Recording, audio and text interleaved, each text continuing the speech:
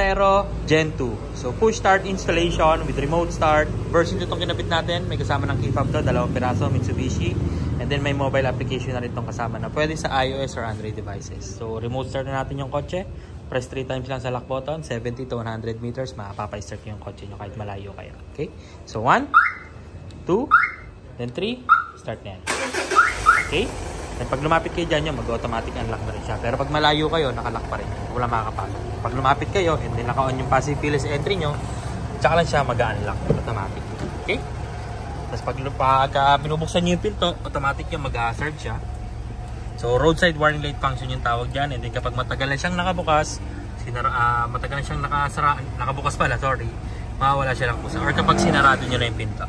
So, try natin buksan ulit. Yan. Automatic yan. Pag sinara, mawala siya. Okay? So, roadside warning light function yung tawag doon. And, maganda yun sa gabi. Para kita kayo kapag lumalabas kayo. Okay? Tapos, even naka-under ka, pwede ka mag-lock. Pwede ka mag-unlock sa key fob. Or sa mobile application na kasama. Which is free this summer promo natin. Okay?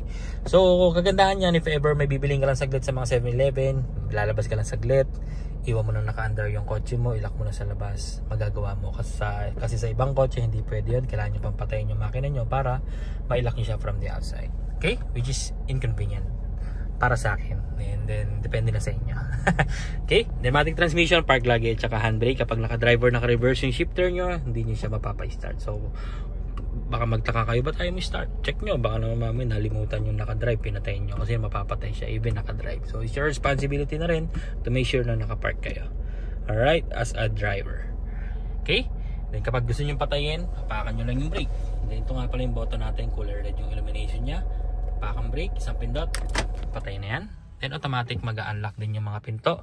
Then kapag lumabas kayo dyan, hawak nyo yung key fob, lumayo kayo, mag-automatic lock na siya ng kusa because of the passive keyless entry if naka-enable. Because that feature can be disabled anytime you want. Sa remote lang siya ginagawa. May combination lang kayong gagawin dito to disable or enable siya.